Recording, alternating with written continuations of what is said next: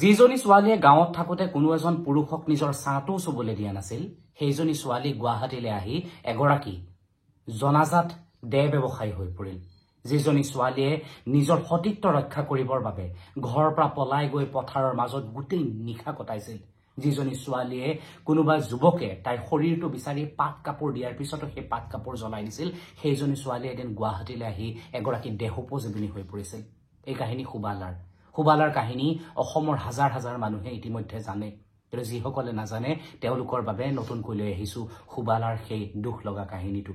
কেনেদৰে সুবালা গুৱাহাটীলৈ আহিছিল, কেনেদৰে পল্টন বজাৰ ৮ গাঁৱৰ এগৰাকী সকলোৱে জনা দেহোপজীৱনী হৈ পৰিছিল সুবালাৰ ঘৰ গুৱাহাটীৰ পৰা বহু আঁতৰৰ এখন জকাইচুকীয়া গাঁৱত। সুবালাৰ জন্মৰ পিছতেই সুবালাৰ এজন ভায়েকৰ জন্ম হৈছিল আৰু সুবালাৰ ভায়েক বিশেষভাৱে সক্ষম আছিল, কথা ক'ব নোৱাৰে, খুব আকৰ গোজ, মানসিকভাৱেও খুব এটা সুস্থ নাছিল সুবালাৰ ভায়েক। সুবালাৰ দেউতাকৰ মৃত্যুৰ পিছত দৰিদ্ৰ পৰিয়ালটোত মাকে কেনেদৰে যে যোগাৰ কৰি খাদ্য আনিছিল সেয়া মাকৰ বাহিৰে আন কোনেও নাজানে। মাকে খুব কষ্ট কৰি সুবালাহঁতৰ বাবে খাদ্য যোগাৰ কৰিছিল। ভায়েকৰ এনি টাইম ভোক লাগি থাকে, বিশেষভাৱে সক্ষম ভায়েকটোৰ বাবে কিমান কষ্ট কৰিবলগীয়া হৈছিল মাকে। মানুহৰ ঘৰত মাকে বাচন ধুইছিল, এটা সময়ত ভুই ৰুইছিল, কিন্তু লাহে লাহে মানুহবোৰৰ কামৰ সংখ্যা কমি আহিছিল আৰু সিহঁতৰ ভোকবোৰ বাঢ়িবলৈ আৰম্ভ কৰিছিল। সুবালাৰ বায়েকক এদিন এজন পাঞ্জাবীৰ ওচৰলৈ মাকে বিক্ৰী কৰি দিছিল, বিয়া নহয় বিক্ৰী কৰি দিছিল, কাৰণ পেটৰ ভোকৰ বাবে। ভায়েকৰ ভোক লাগি থাকে, সুবালাৰ ভোক লাগি থাকে, মাকৰ পেটত ভোক লাগি থাকে। পেটৰ ভোকৰ সেই জুইকুৰা লৈয়ে তেওঁলোকে ৰাতি পাৰ কৰে। এদিন ভায়েকে খুব বেছি উত্ৰাৱল হৈ পৰিছিল, সুবালাহঁতৰ খাবলৈ একো নাছিল, অচেতন হৈ পৰি আছিল সুবালাহঁত। আৰু মাকে উপায় নাপায়, যিজন দোকানীয়ে বাকী নিদিওঁ বুলি কৈছিল সেই দোকানীজনৰ বিচনাত শুবলৈ বাধ্য হৈ পৰিছিল। মাকে কেইটামান ধন লৈ, অলপ খাদ্য লৈ যেতিয়া ঘৰলৈ উভতি আহিছিল, তেতিয়া দেখিছিল ঘৰখন দাউকৈ জ্বলি আছে। সুবালাৰ ভায়েকক মাকে বাহিৰলৈ ওলাই যাব নিদিছিল, কাৰণ কথা ক'ব নোৱাৰে, ক'ত বা কি কৰে, আৰু সেইবাবে আকৰগোজ ল'ৰাটোৰ ভৰিখন বান্ধি থৈ গৈছিল মাকে। যেতিয়া উভতি আহিছিল, জুই জ্বলি থকা দেখিছিল ঘৰখনত, আৰু তাৰ মাজত ছাই হৈ পৰি আছিল সুবালাৰ ভাতৃ। মাক সেইদিনাৰ পৰা বলিয়াৰ নিচিনা হৈ পৰিছিল। টকাৰ বাহিৰে মাকে একোৱেই দেখা নাছিল, একোৱেই চিনি পোৱা নাছিল। মাকে কথা কোৱা বাদ দি দিছিল। আৰু এদিন সুবালাৰ বায়েকক যেনেদৰে পাঞ্জাবী এটালৈ বিক্ৰী কৰি দিছিল, সুবালাকো ঠিক তেনেদৰে টকাৰ বাবে কাৰোবাৰ ওচৰত বিক্ৰী কৰিবৰ বাবে সাজু হৈ আছিল মাক পগলা, বলিয়া আদি বিভিন্ন ধৰণৰ শব্দৰে ক'ব পৰাকে মানসিকভাৱে অসুস্থ হৈ পৰিছিল। সুবালাহঁত দৰিদ্ৰ আছিল, ঘৰৰ দুৱাৰখন ভালদৰে বন্ধ কৰিব নোৱাৰা এটা অৱস্থাৰ তেওঁলোকৰ ঘৰত সৃষ্টি হৈছিল। বিধৱা দৰিদ্ৰ মহিলা এগৰাকী, তাতে ধুনীয়া গাভৰু ছোৱালী এজনী। গতিকে কিছুসংখ্যক নৰসাধকৰ বা মানুহৰ মাংসৰ সোৱাদ লোৱা মানুহৰ চকু পৰিবই, আৰু সেইটো সময়তে নৰেন নামৰ এটা নৰপিশাচৰ চকু পৰিল সুবালাৰ শৰীৰটোৰ ওপৰত। নৰেনে মাকক বিভিন্ন চল চাতুৰিৰে ক্ৰয় কৰি ল'লে। মাকে পইচাৰ বাবে সুবালাক বিক্ৰী কৰিবৰ বাবে সাজু হ'ল। এদিন নৰেনে পাট কাপোৰ লৈ আহি সুবালাৰ হাতত দিলে আৰু সুবালাৰ শৰীৰটো বিচাৰিলে। সুবালাই সেই পাট কাপোৰ জ্বলাই দি ৰাতিৰ ভিতৰতে বহু দূৰলৈ পলাইছিল। পথাৰত ইমান ৰাতি অন্ধাৰত সুবালা দৌৰিবলৈ আৰম্ভ কৰিছিল, কেৱল সকলো হেৰুৱাৰ পিছতো নিজৰ জীৱনটো সুন্দৰ কৰি ৰখাৰ বাবে, নিজৰ সতীত্বখিনি জীয়াই ৰখাৰ বাবে। সুবালা গৈ পথাৰৰ মাজত অচেতন হৈ পৰি ৰৈছিল। সুবালা পিছদিনা যেতিয়া ঘৰলৈ উভতি আহিছিল, মাকে খুব ককৰ্থনা কৰিছিল। মাকে কৈছিল যে এতিয়া আৰু আমাৰ ওচৰত উপায় নাই, মাকো বুঢ়া হৈ আহিছে, সুবালা গাভৰু হৈ আহিছে, গতিকে এই শৰীৰটোৰ বাহিৰে আৰু একো উপায় নাই তেওঁলোকে খোৱাৰ। কিন্তু সুবালাই কথাটো খুব বেয়া ধৰণে লৈছিল। সুবালাই কৈছিল নিজৰ জীয়েকক কেনেদৰে মাকে বিক্ৰী কৰিব পাৰে। সুবালাই দুখ পাইছিল, ঘৰত কান্দি শুই আছিল সুবালা। মাক ওলাই গৈছিল, ক'ৰবাত কিবা পায়েই নেকি যোগাৰ কৰিবৰ কাৰণে, দিনটো বা ৰাতিটোৰ কাৰণে। মাক ওলাই যোৱাৰ পিছতে সিহঁতৰ ঘৰত এগৰাকী চহৰৰ বুঢ়ী মানুহে পানী খাবলৈ সোমাইছিল। বুঢ়ীগৰাকীয়ে সুবালাৰ দুখ দেখি সুবালাক সুধিছিল যে কিয় এনেদৰে আছে। সুবালাই কাহিনীটো কৈছিল। বুঢ়ীয়ে কৈছিল যে যেতিয়া তোমাৰ মায়ে তোমাক এনেদৰে বিক্ৰী কৰিব ওলাইছে, গতিকে তুমি এটা কাম কৰিব পাৰা, চহৰত গৈ, চহৰত বিভিন্ন NGO বিলাক আছে যিয়ে হোষ্টেলত ৰাখে ছোৱালীবোৰক, তেওঁলোকক বিউটি পাৰ্লাৰৰ কাম শিকায়, তেওঁলোকক কাপোৰ চাপোৰ চিলোৱা কাম শিকায়, তুমি তেনেকুৱা কাম কৰিব পাৰা, যিহেতু তোমাৰ বেছি পঢ়া শুনা নাই। বুঢ়ীয়ে ক'লে মই তোমাক সহায় কৰি দিম, তুমি মাত্ৰ ঘৰৰ পৰা পলাই আহিব লাগিব। সুবালাই বুঢ়ীৰ কথা মতে এদিন ঘৰত কাকো নোকোৱাকৈ পলাই গৈছিল। বাছত উঠি সুবালা আহি গুৱাহাটীত উপস্থিত হৈছিল। বুঢ়ী এখন ৰিক্সাৰে সুবালাক লৈ গৈছিল। পিছদিনা বুঢ়ীয়ে হোষ্টেললৈ লৈ যাব বুলি কৈ সুবালা গৈ ৮ গাঁৱৰ এটা বিশেষ ঘৰত উপস্থিত হৈছিল। এখন হোটেলৰ নিচেই কাষতে থকা এটা জৰাজীৰ্ণ ঘৰ, অতি লেতেৰা ঘৰ, বৰ্ণনা কৰিব নোৱাৰাকৈ লেতেৰা ঘৰ, য'ত উশাহ ল'বলৈ ভাবিব লাগে। কাৰণ নাকটো খুলি উশাহ ল'ব নোৱাৰি, ইমান লেতেৰা এটা ঘৰ। কিন্তু সুবালাই ভাবিছিল নিশাটোহে।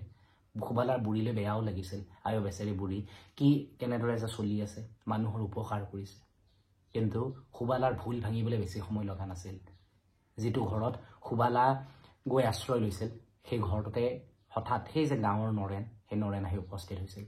আৰু সুবালাৰ বুজিবলৈ বাকী নাছিল যে বুঢ়ীয়ে আচলতে চলনা কৰি সুবালাক সেই ঠাইলৈ আনিছিল আৰু নৰেনে বুঢ়ীৰ ওচৰত সুবালাক বিক্ৰী কৰিছিল। সুবালাক উপৰ্যুপৰি বেয়া কাম কৰিছিল নৰেনে। যিগৰাকী সুবালাই নিজৰ জীৱনটো বচাবৰ বাবে গুৱাহাটীলৈ পলাই আহিছিল, গুৱাহাটীত সুবালা বিক্ৰী হৈ গৈছিল। নৰেনে ভয়ংকৰ কাণ্ড সংঘটিত কৰি সুবালাক সেই ঠাইত পেলাই থৈ গুচি গৈছিল। তাৰপিছত সুবালাই যে হোষ্টেললৈ নাযায়, সুবালা যে এগৰাকী দেহোপযোগিনী হৈ পৰিছে, সুবালাই বুজি পাইছিল। সুবালাক বিভিন্নজনে তাৰপিছত উপৰ্যুপৰি বেয়া কাম কৰিবলৈ আৰম্ভ কৰিছিল। সুবালা লাহে লাহে এগৰাকী দেহোপযোগিনী হৈ পৰিছিল, গুৱাহাটীৰ এগৰাকী বিখ্যাত কুখ্যাত দেহোপযোগিনী। সুবালাই বুজি উঠিছিল যে বুঢ়ীও এটা সময়ত দেহোপযোগিনী আছিল, দেহৰ ব্যৱসায় কৰিছিল।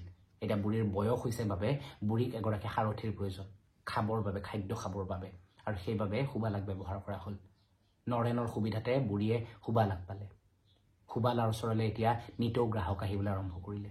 এদিন হঠাৎ সুবালাই নিজৰ গাঁৱৰ ঘৰখনত মাকনো কেনেদৰে আছে চাবলৈ গৈছিল। ঘৰখন জৰাজীৰ্ণ হৈ পৰি আছিল, ভিতৰত গৰু এটা নে কুকুৰ এটা সোমাই আছিল। বুঢ়ীয়ে সুবালাক লৈ যোৱাৰ পিছত মাকৰ মৃত্যু যে হৈছিল, সুবালাই বুজি উঠিছিল। সুবালাৰ আৰু জানিবলৈ বাকী নাছিল। লাহে লাহে সুবালাৰ দিনবোৰ অতিবাহিত হৈছিল। এদিন বুঢ়ী এই পৃথিৱীৰ পৰা নোহোৱা হৈছিল, অৰ্থাৎ বুঢ়ীৰ প্ৰাণ গৈছিল, আৰু সুবালা সেই বুঢ়ীৰ ঘৰটোৰ এগৰাকী সকলোৱে জনা বদনামী মহিলালৈ ৰূপান্তৰিত হৈছিল। আৰু এনেদৰেই সুবালাৰ জীৱন অতিবাহিত হৈছিল। সুবালাৰ এদিন বয়স হৈছিল, সুবালাৰ ওচৰলৈ গ্ৰাহক অহা বন্ধ হৈছিল, আৰু সুবালায়ো এইবাৰ নতুন এগৰাকী সৰু ছোৱালীৰ সন্ধান কৰিবলৈ আৰম্ভ কৰিছিল। এয়া সুবালাৰ কাহিনী। ঠিক এনেদৰেই আৰম্ভ হয় এগৰাকী দেহোপযোগিনীৰ জীৱন। এই কথাখিনি মই পঢ়িবলৈ পাইছিলোঁ আমাৰ সকলোৰে শ্ৰদ্ধাৰ হোমেন বৰগোহাঁই ছাৰৰ এখন বিখ্যাত উপন্যাস সুবালাত। সুবালা উপন্যাসখন মই ভাবোঁ অসমৰ বহু মানুহেই পঢ়িছে। এই সুবালা উপন্যাসখন যিসকলে পঢ়া নাই, মই তেওঁলোকক অনুৰোধ কৰিম আপোনালোকে পঢ়ক। কেৱল সুবালাই নহয়, আপোনালোকে আন এখন গ্ৰন্থ, সেইখন হৈছে জুৰি বাইদেউৰ বিখ্যাত গ্ৰন্থ ফোক, সেইখনো আপোনালোকে পঢ়ক।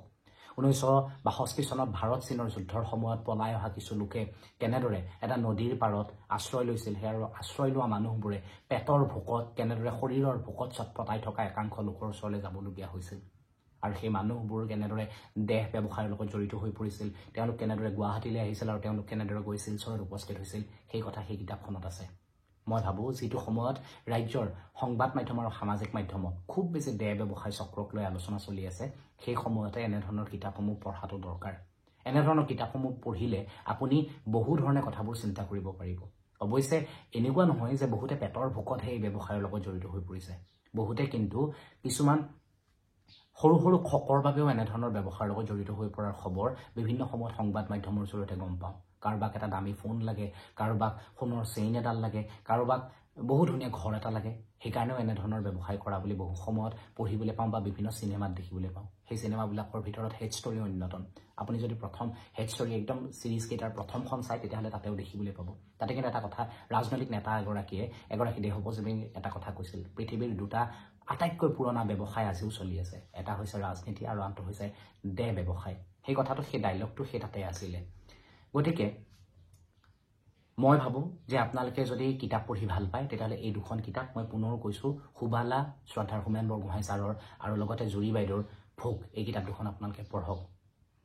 আমাৰ সমাজখন ভালে থাকক, আমাৰ সমাজখন সকলো নৈতিকতাৰ ভিতৰত থাকক, কুশলে থাকক, আৰু সমাজখনে চিন্তাবোৰ বহল কৰক। সমাজখনে সকলোবোৰ বিষয় পুংখানুপুংখভাৱে অধ্যয়ন কৰাটো দৰকাৰ। আমি সকলোৱে, নতুন প্ৰজন্মই সকলোবোৰ বিষয় পুংখানুপুংখভাৱে অধ্যয়ন কৰাটো প্ৰয়োজন। যিকোনো সমস্যা এটা দেখিলে ওপৰে ওপৰে চোৱাতকৈ সেই সমস্যাৰ একদম ভিতৰলৈ গৈ সমস্যাটোৰ সমাধানৰ সূত্ৰ আমি আৱিষ্কাৰ কৰাটো প্ৰয়োজন। গতিকে মই ভাবোঁ আমাক অধ্যয়নে যথেষ্ট পৰিমাণে সহায় কৰিব। কেতিয়াবা মহান ব্যক্তিসকলৰ উপন্যাস বা গ্ৰন্থই বা লিখনিয়ে আমাক বহু পৰিমাণে সহায় কৰে।